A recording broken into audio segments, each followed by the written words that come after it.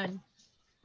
Hello and welcome to a new episode of Las Platicas, where we tell us, Kristen, what do we do on Las Platicas? Well, Las Platicas is a show hosted by Comadres y Comics where we meet with creators and friends to talk about upcoming projects, events, and all around awesome news in the Latinx comic community.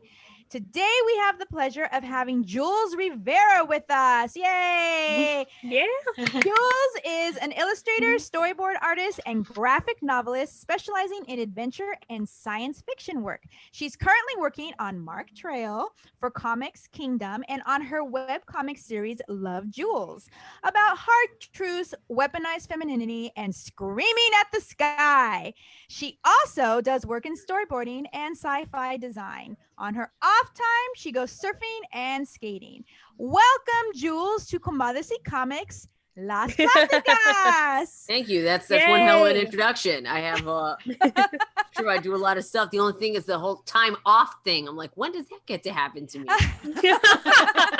I'm just kidding. This is like literally my first day off in, I don't know, a while. A minute, I guess, a week. I don't know. Yeah, about a week. Yeah. I work 6 days a week. Wow. I know. And actually, we had the opportunity to be talking with Jules as we're preparing to get our interview started, and we didn't even cover everything that you actually do in that intro. There's so much more that you actually do. I don't know. I don't even believe my own story. Whenever I You're talk so to prolific. dates, I'm like, I can't tell you my life story. You wouldn't believe me. Trust me, I'll tell you in due time if you stick around, but like you just won't believe me if I tell you. You're so prolific. You're a modern Renaissance woman is what you are. Well, like honestly. I would love to hear the whole story, but we actually, one of the things we love to have our listeners learn about our guests is their origin story, how they got into the comics world. And you have a very interesting origin story when it comes to where you were before comics, how you entered into comics. And we'd love to have you introduce yourself by telling us a little bit about how you began your comics career and how you transitioned into comics from something that had nothing to do with comics before. It's a weird story. Okay, so where do I begin? I guess I'll just cover the basic fact. I used to be an engineer, and I went to 4 years of engineering school, and in year 3.5 of engineering school, I realized that my silly hobby of making webcomics on the side for funsies, it wasn't a hobby and it wasn't going away. But I was in school on the state of Florida's dime. I had a bright future scholarship. I'm one of the few millennials you meet who has no student debt. I'm very rare. Yes, I'm very rare. So the state of Florida was footing the bill for me to go to college. So I was like, okay, I'm 3 years and change into this freaking engineering degree. And I just realized something about myself that really changes the course of things. I could either go to change my major, change to be a visual media arts major and potentially lose my money and have to go into debt. Or I could just finish off this damn engineering degree and just, I don't know, figure out my life on the other side. And I guess my whole origin story is figuring out my life on the other side after I graduate. Because that's the problem when you're in school, you're 22, 21 or something like that. You graduate, I mean, you spend your time you just doing what everybody else tells you to do. You have to go to school, go to college, work hard, So when you do all the things, you finish the quest, you come out, you get on your own, you realize, oh no, wait, I have to make my own path now. Right. Oh no! So, I decided to go work for I didn't really decide to go work. I applied to literally every job I could once I graduated, and I got picked up for a job at a place called Northrop Grumman. And there's even a story about Northrop Grumman in Love Jules, Manic Pixie Nightmare Girl. Because long story short, they were douchebags, and I wrote a comic about them. There, saved you time. How'd that engineering career work out for you? Not great. Not great. Edward James almost sold me on a fucking lie. That if you take calculus, everything would be fine. Nope. It's not Edward's fault. But like, I got sold on a bill of goods. So I realized at a certain point that the bug wasn't going away. I was miserable in my job. I just wanted to leave. I checked my savings account. I had enough money to go live in LA and stay there for a while. And, while I got myself retrained in school and stuff. And so I did. I left in 2012 and probably like went pretty much full-time freelance at that point. But I wasn't really making full-time freelance money or pulling in jobs or anything like that. I got like a couple little gigs here and there, like, do this little doodad here for Action Lab back when they were okay. Or do this little doodad over here. It's a color gig, whatever. I would just have little gigs, but then I had a big freaking scary, terrible life event happen to me. Well, we're going to cover this in 200, so I might as well say it was my divorce. So the person who was kind of footing the bill for my education, well, not footing the bill for my education. That was my savings money. I paid for that shit, but he was paying for the apartment. So all of that went away. Everything exploded in my life. I got 2020 6 years ago. So, so, a lot of things in my life shifted. I went to stay back in Florida, stay with my family, boo-hoo, cry it out, whatever. But in the meantime, for work, I just got on the horn. I started applying to just sending all the emails to all my comic friends along the way, because by this point, I had already been doing this. I was already on my second webcomic, Valkyrie Squadron. Like, I started the very first webcomic, Marsh Rocket, and that went on for a few years. And then I had moved on to Valkyrie Squadron, and I did that until I just ran out of resources. Like, hi, it takes money and support to do this stuff, and you're spending all your time getting work, full-time freelance, or trying to, work the hustle. You don't have time for personal projects. And that's why a lot of my stuff has stalled. So, so anyway, as it turns out, I had a big major life event, but it turned out to kind of work out in my favor, because in the time that I've spent alone, I have spent kind of exploring myself and just kind of figuring out who I was and getting over my imposter syndrome, right? Which I'm like, swing it, like, hit it, slam dunk, I got that shit solved. It's already in love, Jules. That's in the book Manic Pixie Nightmare Girl. Check it out today. So anyway, I just kind of took a time to do self-discovery, but also I started getting regular gigs in comics. It wasn't like Big Two, me. And I would find out later the reason why Big Two wouldn't hire me is because I am a fucking nightmare. I literally put it on the cover of my book, Manic Pixie Nightmare Girl. They read it on me before I even knew it was there. But that's because nerds are really non-confrontational people, and I'm a Puerto Rican made of confrontation. Look, the logo literally has knives in it. Knives, more knives. I love it. A lot of knife imagery, a lot of knives. So here I am, knife queen, showing up going, hey, you gonna give me a job? And they're like, no, we're not gonna hire you. Or don't call us, we'll call you. They were legit. It took me a while to realize that's why they were afraid of me. So I ended up getting jobs with like kind of these indie publishers, because there was like Comics Tribe up in New England, or at least their main dude is up in New England, Tyler James. Like, he respected my hustle because he's like, that's New York adjacent, all right? Game recognized game. So they brought me in for color work. And the thing with coloring in comics is coloring is a job nobody wants to do. Everybody wants to be the rock star who draws the hero, who's doing this. He's got like spandex on. He's all, oh, I'm a super guy. They want to be the guy who draws that guy. The guy who has to color that dude gets no credit or respect, but at least they get a paycheck. And frankly, colors worked in my favor because I really, really, really like coloring stuff. I mean, it's just that simple. I'm very all passionate. works out. Yeah, it works out. So, where everybody else is going, oh no, colors is hard. I'm like, bring it on. I love coloring. It's like my fucking favorite. Because to me, the artwork doesn't really come alive until it's got colors in it, So, I play to my strengths. I'm hardworking. I'll color your stuff and it'll look really fucking cool.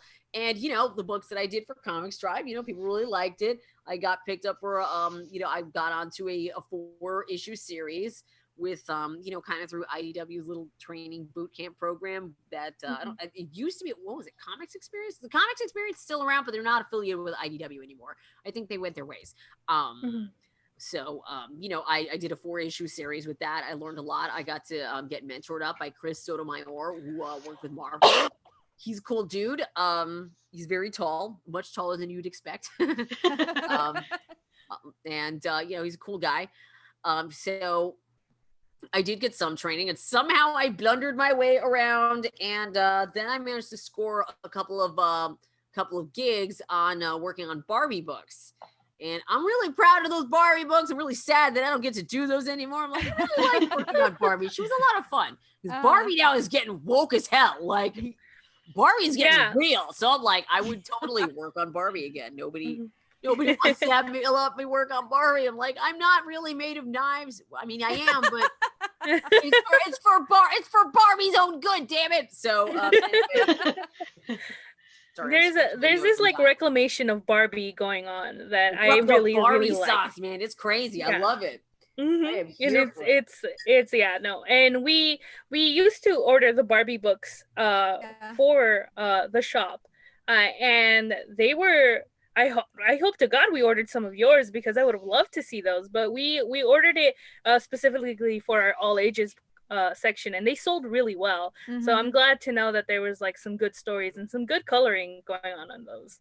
It's fun fact, I drew the only 2 books that Teenie Howard worked on, because Teenie Howard worked on Barbie too. Nice. That's just a fun little bit of trivia. The only 2 Barbie books Teenie Howard ever wrote, I was the one who drew them, which in hindsight people are gonna be like, that's such a combo. Like, they got y'all got Jules Teenie energy already. It already happened.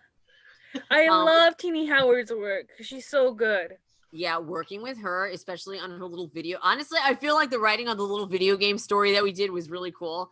It was like Barbie Video Game Hero and Barbie Starlight Adventure. Barbie Starlight Adventure was the one that just kind of hit a little closer to my heart, because like it was my very first one. It was about space and like sci-fi, and I was like, oh my god, that's so exciting. And and girls on hoverboards, which I hadn't started surfing at the time, but I did research surfing photos in order to capture what those girls looked like, riding boards and what it would look like, flying through the air and stuff. And back at the time I hadn't started surfing yet, but I was like, that looks really cool. Yeah, I might do that one day. Yeah. And I guess that dovetails right into Love Jules, where I started doing Love Jules a couple of years ago, mainly just to spitball, just screwing around. I mainly just want to have stupid comics. I just wanted to have a place to shunt my stupid thoughts into the world, and I just started posting it online and just posting little 4-panel strips on Instagram and on Facebook, because other dudes in the comics industry had told me that they post on multiple webcomic platforms whenever they update. And that was a little piece of information I got from David Gallagher. And I was like, wow, that's really cool. I didn't think about it that way, but posting in one place, it's not going to give you the same coverage as you would get in posting in, and my tea is everywhere.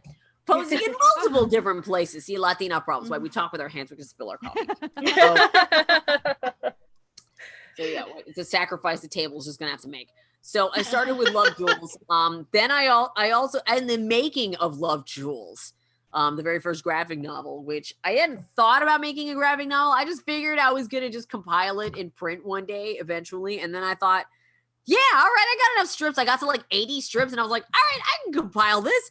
It'll turn into print. But then I got all extra, and I just kind of turned into a whole ass book experience. Like I did all these spot illustrations on the interiors. Oh, nice. That are not seen anywhere else. So I'm really proud of, let me see, there's this one picture in here that, here it is. Here it is. This is the whole Being Latina chapter. Let me see if I can rainbow. Oh my god, I love that. Yeah. I love that. Yeah, I was gonna sell prints of these. The headpiece. Yeah, it's mean, and I'm like, I loved working on Love Jules because it gave me the opportunity to do exactly what I wanted and talk about stuff that I just didn't see anybody else talking about. But I feel like the things that set me apart was really the surfing strips. Because I started making comics about my surfing experiences. Yeah. And I think that's what really put Love Jules over the top. That's what really gave Love Jules its identity, which is, water, the waves, the ocean. There's a lot of aquatic imagery in Love Jules because there's a lot of aquatic imagery in my background. Hi, I'm Puerto Rican. It's a fucking island. Water. Honestly, your strips that talk about surfing made me want to learn how to surf because they're just I could feel how much you loved surfing and how much you loved the water through it. And I personally I love the beach. I've never been scared of the ocean. And I don't know if it's because I grew up in LA and I grew up near the ocean when I could go whenever I wanted to, but I never had a particular fear to it, but I just never felt the desire to surf because in my mind surfing was for surfing's for white dudes, right? Yeah, it's for white dudes, or it's for white dudes and white women, and it's for white people. Like I had the same thoughts in my own head, and I don't know, I never really thought about doing it either. I mean, I talked about it a little bit, but I never actually did it until I just got motivated enough to do it. Let me see. I was just talking to a friend of mine, Stefania. And we were just going back and forth. She was like, yeah, it'd be cool if I visit you in LA. We could go surfing. It'll be fun. And I'm like, yeah, I would definitely host you. Yeah, I'm going to do that. And she was, talking about making plans to come out and visit later on in the year. So I was like, yeah, I'm going to do the surfing. And then I realized I don't know how to surf. So I thought it would be prudent to at least take a surf lesson so that when it came time to hosting my friend who may or may not come visit. In fact, I was looking for a push. I mean, it's kind of a culmination of a few things, but I needed to be able to not kill my friend surfing. So, so I got myself a Groupon, just took a little surf lesson down in Marina Del Rey. And I was able to, it was really, really hard because it's so much upper body strength and I didn't have the upper body strength at the time. So it's a lot of push-ups. It's a lot of shoulder work, especially if you're out there paddling. Oh, paddling is all shoulders. Shoulder, all this bullshit. So, so I started going once I tried the surfing and I caught my first wave, I wasn't really standing on the board with all that well. But once I freaking got that first wave, it was like freedom. It was like flying. It was the most incredible thing I'd ever experienced in my life. And I've had a lot of orgasms. So I decided to go back to, because at the time I was also just going out to Topanga Canyon just because I wanted to have a nice little beach day chilling out on the water. But it wasn't until I started seeing the surfers in the water that I started going, why am I over here and not over there? Yeah. So to get over the white dude thing is very simple for me. I am still an island girl. That didn't change in the last 30 fucking seconds we were talking about that. Still a fucking island girl. So if anybody has claim to the ocean, it's me. Hi, tell me to fucking move. Go ahead. I will dunk your ass in the fucking water. Come on, tiburon. Tie your ass up. Turn you into dinner. That actually reminds me, somebody was interviewing Jason Momoa and they're like, in the interview, he's like, do you know how to swim? He's like, I'm from Hawaii. I grew up in Florida. So yeah, I already knew how to swim in waves. Because I think that's what stops a lot of people is that swimming in the waves in the Pacific, that is actually hard and scary if you don't know what you're doing. So yes, I agree. There's a lot that keeps people from actually going out there and surfing. But if you're able to swim actually in the ocean and just be in a wave and not drown and die, then you are a million miles ahead and you are able to start surfing. Go to it. Vaya con Dios. No, don't vaya con Dios because that's how you die. No. Go surf. Go with the tide. Go with the tide, not against the tide. Yes, go with the tide. Con las olas. You describe your webcomic Love Jules as a slice of life comic that explores the mind of a badass woman. It's about a working life, relationships, philosophy, and sometimes surfing, like you told us. Yeah. Creators often use storytelling as a type of activism and education on certain topics. And in this case, you talk about weaponizing femininity. Can you tell us a little bit more about what you mean by that and what type of activism you hope to accomplish with your work, if any? I want to accomplish all the activism. In fact, now that I got picked up for Mark Trail, I'm going to accomplish a lot more environmental activism that I was planning to. But I'm like, all right, I will fight for the animals. Let's do this. What's up? But we'll cover that in a second. So the activism I really want to see in the world is people do not have the ability to confront each other. Because in America, we have this go along to get along mentality, which I've had a lot of time to think about it. That's just some colonizer bullshit. Colonizer societies are all about go along to get along. Same thing here in America. It's also the same way in Japan. Very non-confrontational society, go along to get along. Everything's fine. Because the average American, we want to think we're a cowboy, but we're not. We're socialized to be go along, get along. Don't make waves. Don't, break shit. And I guess the code of Love Jules is no, but break shit. Like draw yourself on the cover of a book on a surfboard with a flamethrower. Do that. Do the crazy thing. Be yourself. Love yourself so fearlessly and bravely that the voice of no other person can come in and make you hate anybody else. All right? Like that is what I want in the world. Love by way of force. I mean, that's the most Latina thing in the world, right? No, I love you enough to hit you about it. Be a shirt. Yeah. or I love you so much, I want to kill you. I love you so much. I do this because I care. Why? This hurts me more than it hurts you. This hurts me more than it hurts you. Oh my God. I love how people see my heart logo and they think something cute is on the other side. I'm like, lie to your own face. Go ahead. Yeah, no, that's the active. Yeah. Oh, go ahead. Oh, I was gonna say, I was one of your strips in Love Jules is that the world needs bitches, and I love that. I love that because you're absolutely right. Yeah, and it's bitches get shit done. Yeah, it's that simple. And I'm so glad that you are up there. You're like, I'm gonna be that bitch. I didn't have a choice. So good. I didn't have a choice but to be the bitch. I was already the bitch. I just gave myself the permission to scream to the world, I am that bitch, and here's why you should be like me. All right? Because again, I want to be able to teach people and give them the tools to confront each other constructively. Because it's easy to go, yeah, fuck you, and kick a guy down a flight of stairs. That's great, but sometimes you need actual confrontation skills in order to get to real ass situations. So I guess Love Jules is a little bit of like a street education. I'm a street preacher. Not only that, like the truth hurts, and a lot of people are afraid of the truth as well. That's the idea. So. Love Jules, the truth hurts, but the truth is such a free. Because I mean, if somebody loves you, they'll tell you the truth. Oh God, that's so true. That's the punchline of the actual Love Jules strip here. Like the people that love you will tell you that shirt. They will tell you you're fucked up. Yeah, it's like that shirt does not look good on you. Like, girl, no, don't do it. So yeah, if somebody loves you, they will tell you the truth. So that's a line from Love Jules, and that's the conclusive line for why Love Jules is even called Love Jules.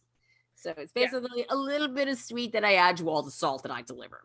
Love Jules! Right. Die in a fire, you're all stupid. Love Jules.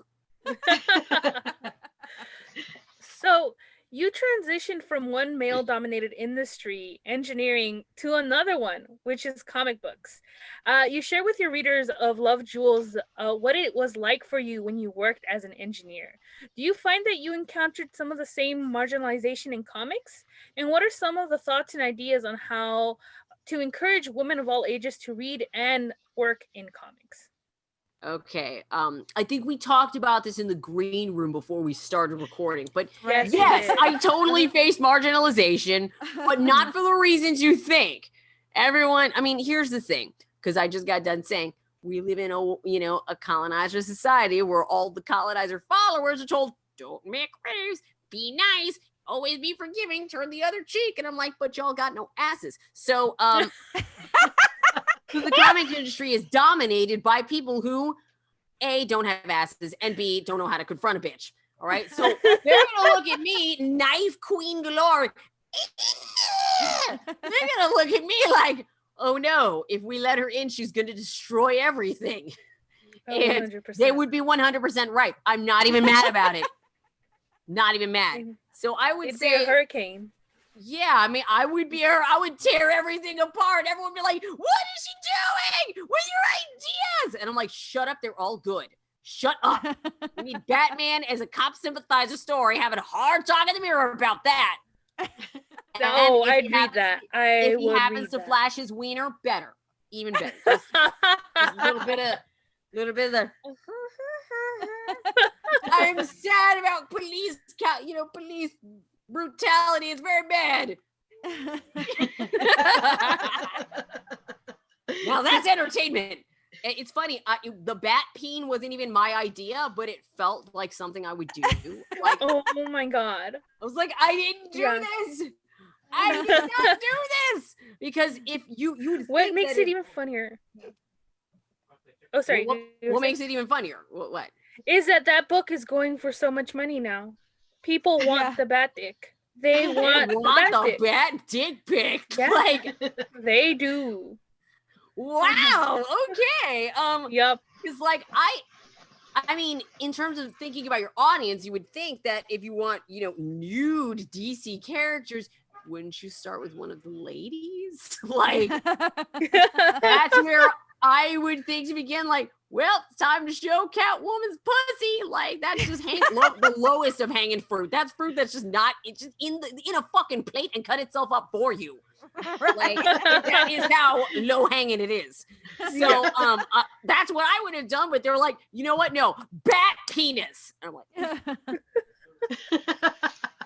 that's where something I would do to troll DC readers. Not actually serve them what they want. I'm like, do you want to see Batman's dick?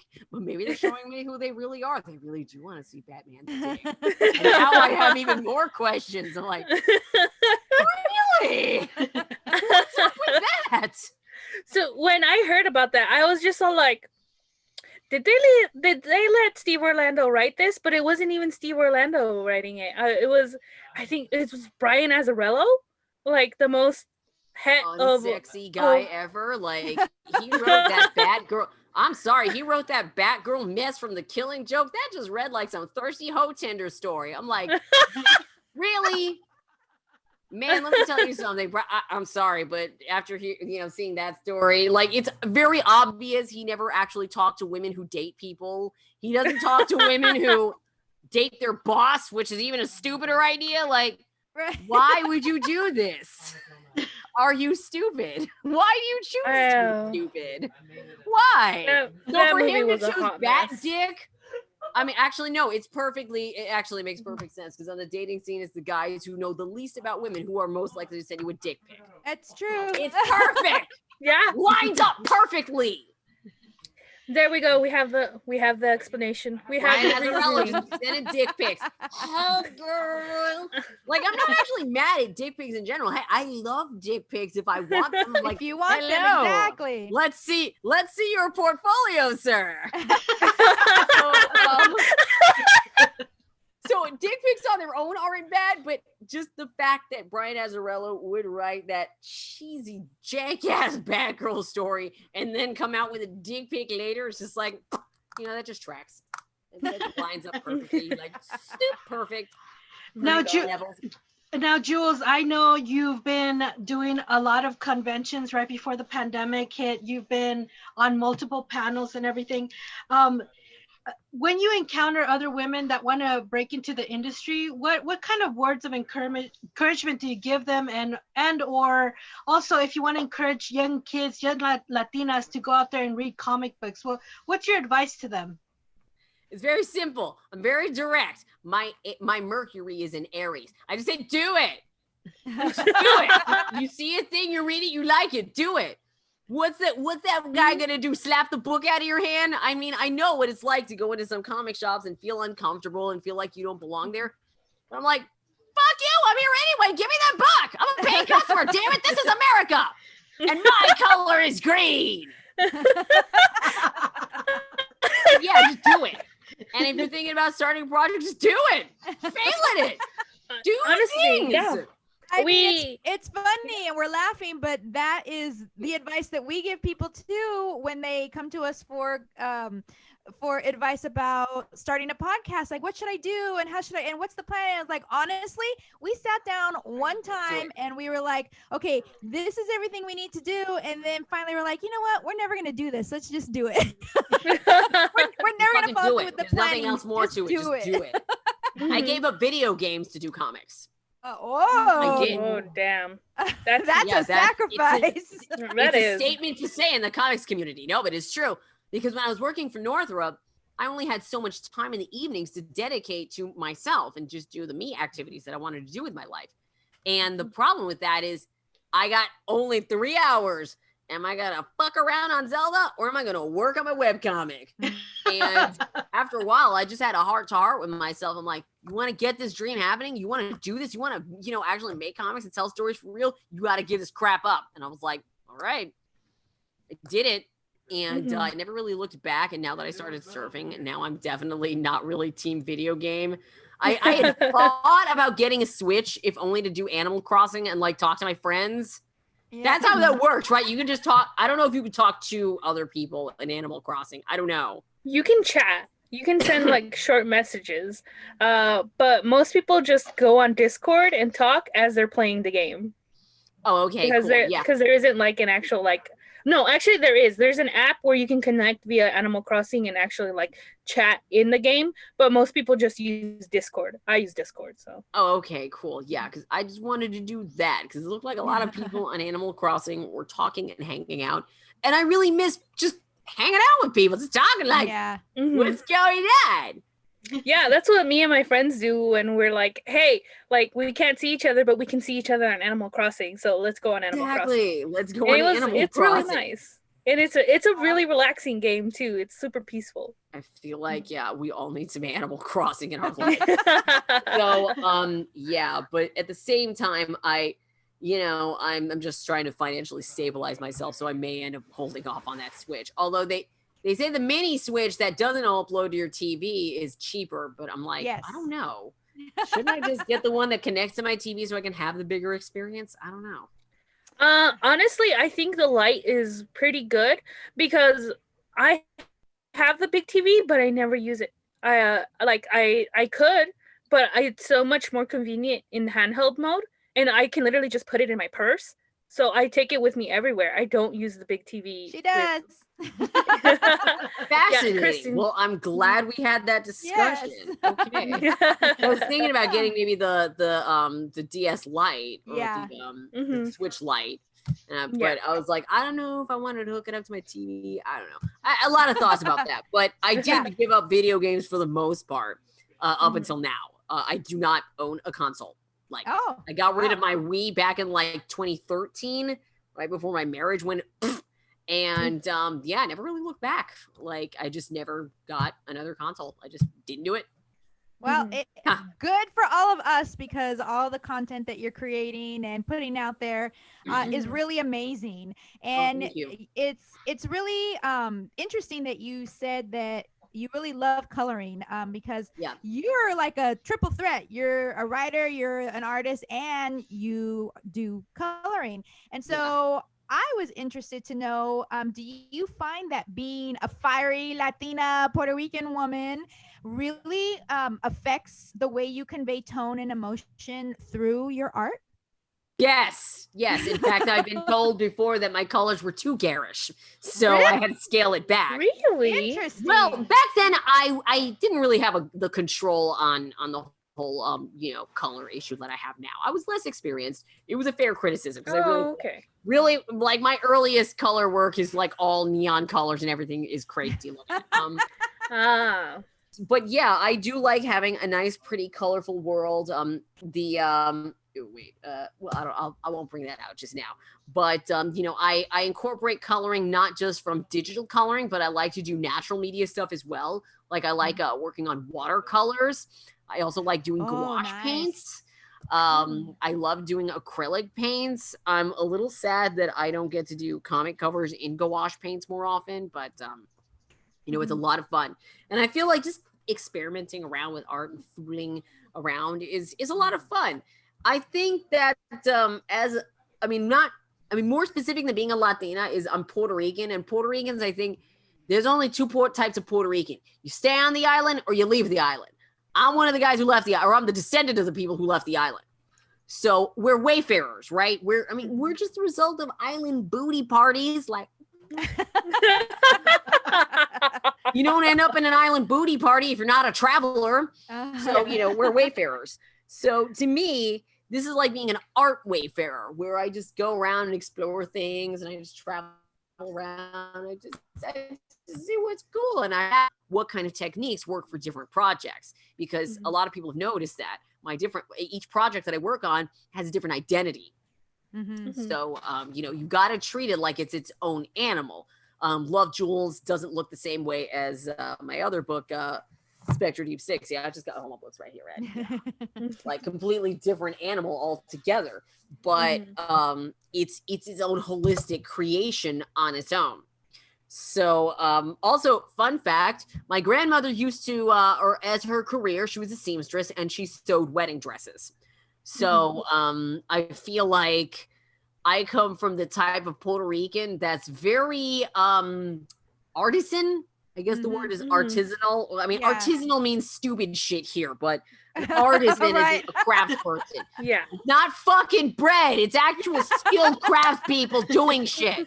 Yeah. All right. So grandma made wedding dresses. And I mean, my mom didn't do creative stuff, but she had creative leanings as well.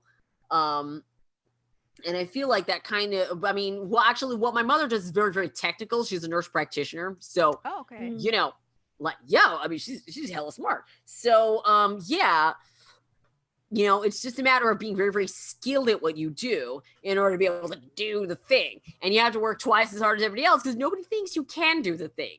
I don't know what they expect me to put out. Like, oh, wow, you drew all this? Bitch, I'm the only person behind the table. What do you think? I don't miss tabling. I hate tabling. I wish I never had to table ever again. Hate it so much. I'll probably end up tabling now that I just said that. But I hate it for the fire of 1,000 suns.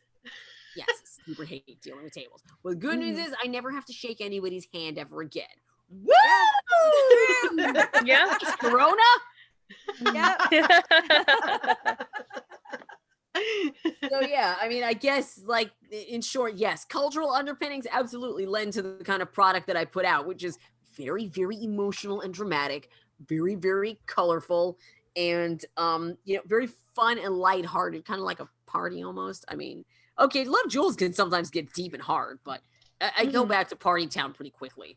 I'm like, I don't want to stay heavy all the time. Let's just make jokes about penises. Come on. Well, that reminds me of my best friend saying like, she's just like, I'm not a sad person. I'm happy, damn it. Right? Like, I'm a very angry person, but when I'm not an angry person, I'm basically Michelangelo from the Ninja Turtles. All right, I'm a party person. Once I get enough money, I'm going to get my own house in LA or LA adjacent, but most likely the Valley, not LA proper. Come on, that's ridiculous. Yeah. But like, you know, get my own house and like host parties and have people show up and go, yeah, it's a cool place to hang. I'd be like, it's right, I am the host of this party. Enjoy the fruits of this land. That's the guy I want to be. Well, Jules, a huge congratulations is in order. You have been named the new cartoonist to take on the long-running syndicated comic strip Mark Trail. Congratulations. Yeah. Thank you. Thank you very much. This is making you the second Latina woman to become a nationally syndicated cartoonist. Wow. I'm glad I'm only the second, because God, it would be way too much responsibility to be the first. Like, what? No. Why am I the first? Now I have to wear pants all the time? Oh, fuck this shit. I hate having all the responsibility that comes with, well, our industry was racist until you showed up, so here we go. Here you go. You won the prize. And I'm like, thanks. It's like winning kind of a shitty prize. Like, I won this prize. I wouldn't have had to win this crappy prize in the first place if y'all had your own backyard in order, is all I'm saying. So it's a double-edged sword, is all I'm saying. So you're taking on the mantle of a comic strip that's been around since 1946. That's a pretty big deal.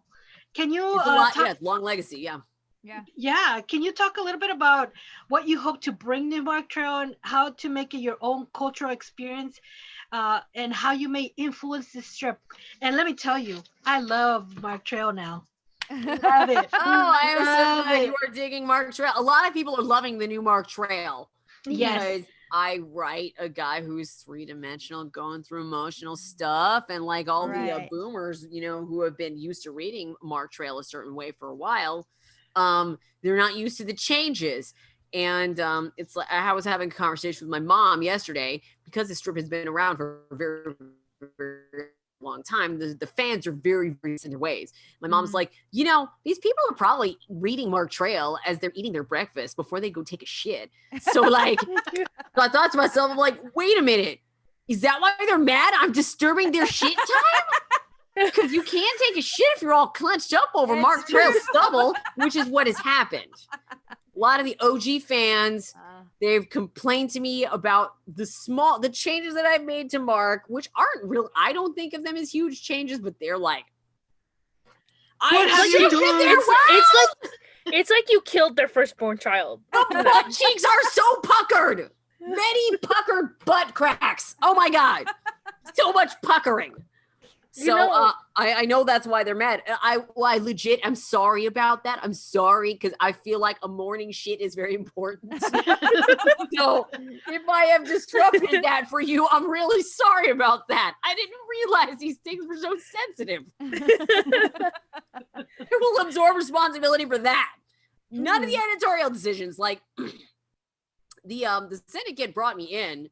Or they started recruiting me because I was doing something radical like Love Jules, They wanted a very radical change. Yeah. Because Mark Trail had been stuck in the freaking 40s since literally the 1940s for 70 freaking years. Wow. So they wanted somebody who's going to bring in real change. And they really liked the fact that I had the science background because I am an engineer.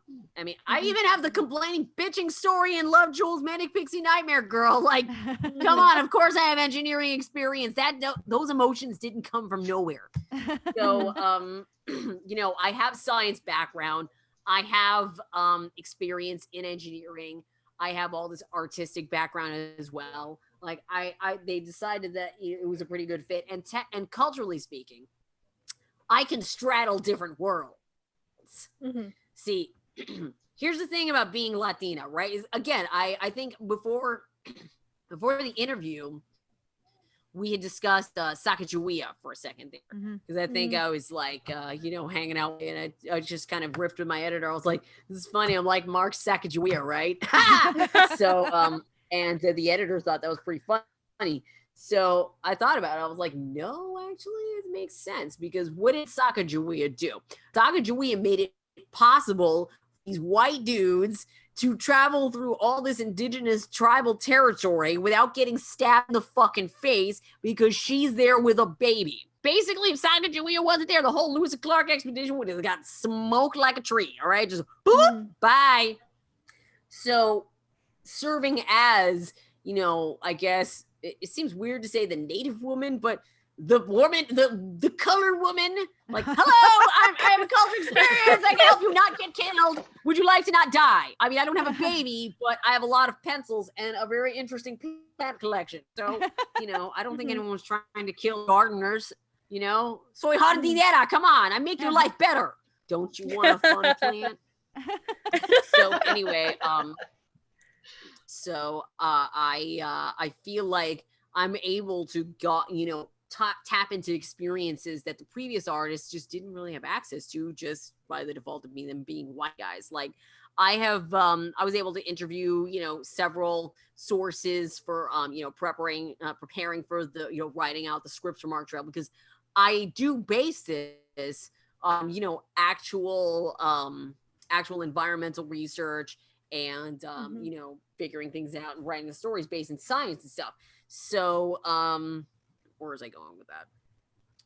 So anyway, I do the researches into the strips and get sources, but the sources I could talk to, they'll trust me because I'm not a white guy. One of the people I talked to was an activist who had gone down to the Amazon and did some activism and protesting there, like some deep down shit. One guy was a gay Black Muslim rapper who I'm going to be writing into the second Mark Trail storyline as a rapper with a penchant for rapping about his lizards, like literally his actual reptiles. Yup. And I feel like I was able to talk to these people and they were able to open up to me in ways that they wouldn't have opened up to a white dude. All right. Yeah. They just don't trust. The trust is not there. I mean, I hate to say it, but like, is it wrong to say? You know, I mean, there's a lot of, you know, we're in 2020 America where we're having a lot of hard conversations and white people are starting to find out how little their ethnic friends trust them. All these white people think they had a Black best friend. And I'm like, no, that's just some lady at work who talks to you. Job dependent. Yeah. She doesn't actually like you. No, she doesn't. No. Or that's just some guy who talks to you because he's trying to get in with other comic dudes. He doesn't actually like you. No, he's not driving you to work. No. So, I mean, I'm able to be the Sacagawea. That's the long and short of it. Oh, yeah. And I can tap into Latino issues very easily because, hi, over there. Yeah. but the best part is I can write credible white people, too, because when you hang out in engineering, who you be hanging out with? Other white people. I married a white dude. I sure did. I married a white guy. And I, you know, got a lot of experience kind of observing him in his natural environment there. So yeah, people think I don't know how to write white guys. I'm like, I know you better than you know yourselves. You know that, right? You know that? If you don't know that, you're going to find out. And that's exactly what's going on in Mark Trail right now. Mark is going through an existential crisis because what he has to do is what I think is the hardest thing that white people are actually facing today in America, which is challenging his legacy. That's what he has to do. Because white people have inherited a really crappy legacy. I legit feel bad. I'm like, wow, that looks hard. That looks like it sucks. Yeah. Like, which is why they inherited this long heritage of, you know, supremacy and domination and violence and destruction. And white people don't want to be complicit in that anymore. Or at least, you know, I'm seeing a lot more white people going, I don't want to be this. I don't, this is not who I am to my friends. This is not who I want to be. And, you know, I think a lot of people in general are starting to figure these things out. So what I'm going to do is just help engineer a better white guy in Mark Trail. All right. A new role model. Yeah, exactly. I'm like, y'all just need a better role model. What? Don't even act like Point Break didn't shake your lives and wasn't directed by a woman. Let's not even have that discussion. Yeah. So sometimes you do need a woman's touch to be able to build a better man. That's all I'm saying. I like dudes. I see them from very intimate angles. I know about guys. I know dudes better than dudes know dudes. Let me tell you what. So I like that. Yeah. Well, not only that, what I've noticed also is like when, per se, the white person says, oh, well, I have Black friends, but they don't know or that the Black friends are censoring themselves or limiting themselves as they are as people and to being honest with themselves and with them because they don't want to offend their white friends.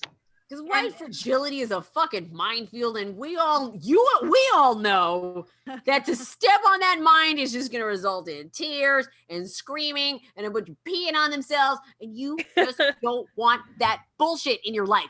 You just trying to work at this motherfucker so you can get paid. That's why I say, are you sure that Black person is your friend?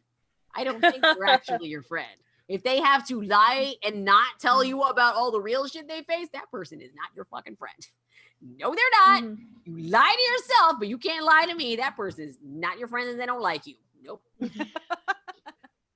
I have a question about Mark Trail as well. Yeah. Do you get access to how new readership and how that has increased? Because we did talk about how it was like before even the episode, how it seemed like such an odd thing like for Mark Trail and for you to be hired for it because you seemed so different what their target audience was.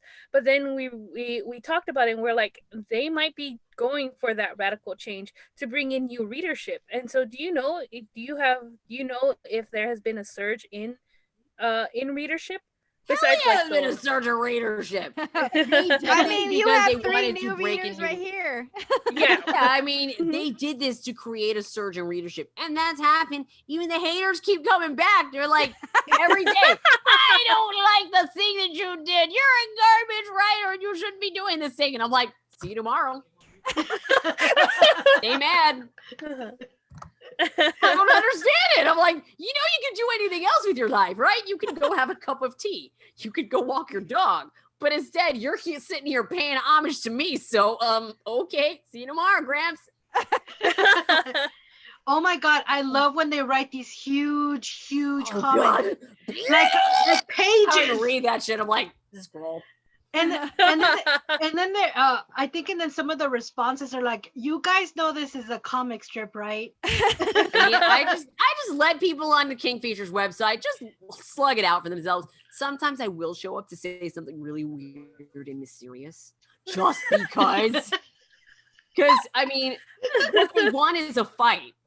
But I'm like, what if I just gave it to you in a really upside down way that you can't control? So I figure I'm just going to play Cheshire Cat and just show up and going, Mark has emotions! And then just run away. That's it.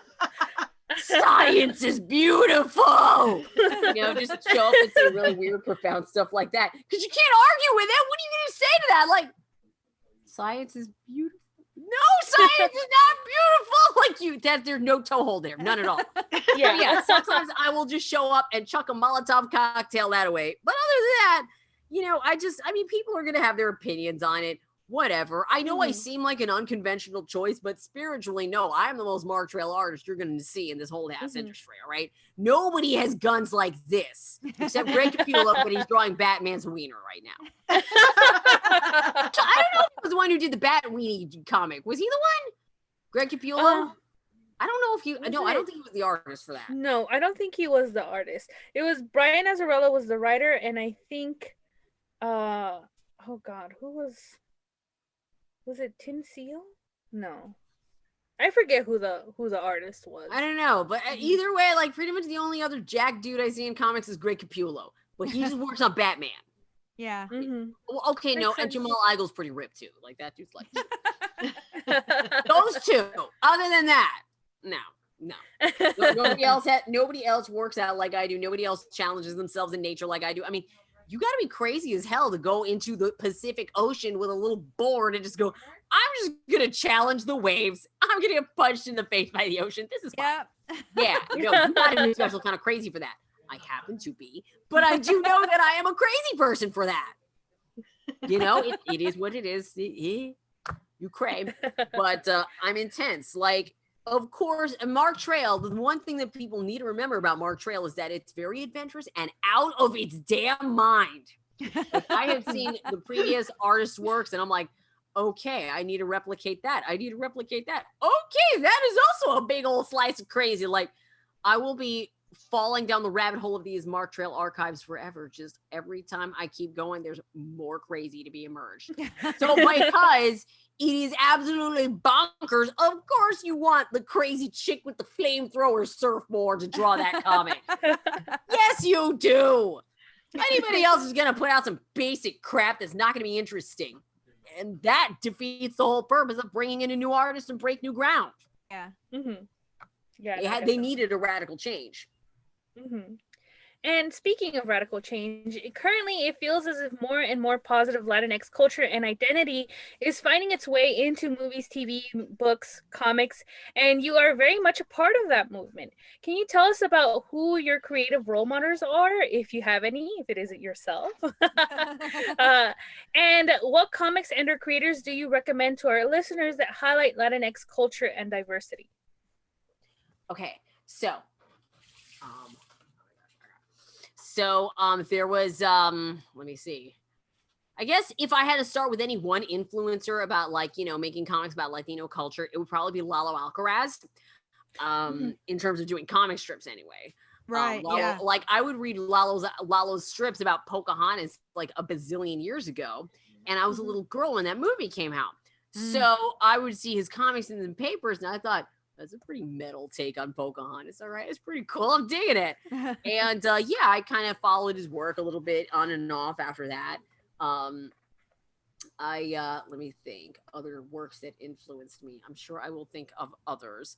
But Love Jules just kind of started as my experiment of me just, cranking stuff out and just, sharing my feelings. It's the me show. I decided to share my feelings about myself. I guess in a weird inverted way, I guess I'm a little bit influenced by Kathy, if only to put something out there that's not. I need a man to be okay. Have you seen the motherfucker in that Kathy strip, the guy with the tie? He's the ugliest guy ever. I'm like, no, bitch, no. Yeah. Do not pine for that man. Throw him in the garbage. Just no. And when I was reading Love Jules and you were referencing Kathy, I remember reading Kathy because I used to read comic strips with my grandmother. That was the thing that we would do together. And she would save the Sunday colored ones for me, and we would read them together when I would come after school during the week. And even as a kid, I remember this woman. I'm just like, this woman is so neurotic. Why does she care about this freaking man? He sucks. Yes. He sucks. He's garbage. And so it was funny that you referenced Kathy in your comic and you were pointing all this stuff out, but it just it says a lot that was the comic that a lot of people were seeing during that time, and how a lot of people looked at women and their thoughts and their ideals and their wants and their needs. And I mean, Love Jules is way more realistic and, well, see, here's and right up my alley. Here's the thing. Okay, no shade to Kathy Guy White. She sold what did well at the time. And at the time, the syndicates were looking for some basic bitch shit because their readers could barely handle the fact that females knew how to talk and do math and shit. So, and in my experience with newspaper readers, they can be a bit stodgy. They can be a bit stubborn. You kind of got to be able to push them in the right direction. But at that time, the readership went the opposite. Like during the 80s, readership not the readership, the actual content of the comics got real kind of stodgy and just kept catering to grandma and grandpa because those are the ones who were actually the newspaper subscribers. So, newspapers didn't want to lose their subscribers, and therefore comics kind of got into like a creative loop for a while, trying to keep hold of, these crunchy old people.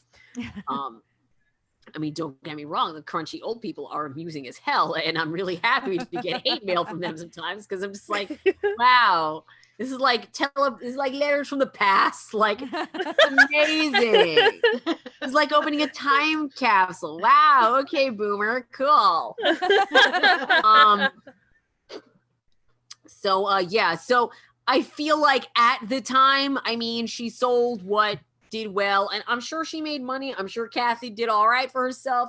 God bless. Like, girlfriend made her money. She did the hustle. But the actual message of the comics and it speaks also to the role of the syndicate as well, that they want to put out this message of, oh my God, you got to diet for a man. And I'm like, why? Yeah. Look at him. Homeboy hasn't got off the couch to to do anything other than playing video games for 4 fucking days straight. You want to tell me I got to diet for him? Fuck you. I'm eating my taco.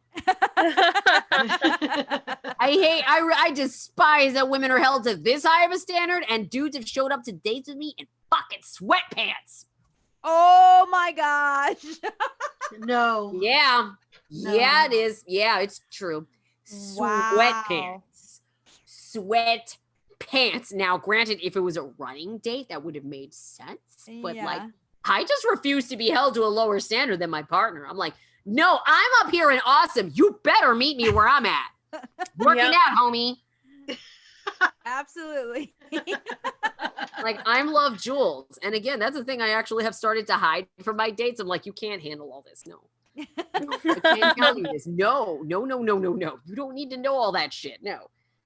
Because it's too much. I'm too intense. But I suppose one day there might be a person I would meet out there who is as intense as me, but they might be institutionalized or in prison. So that's just gonna be my luck, right?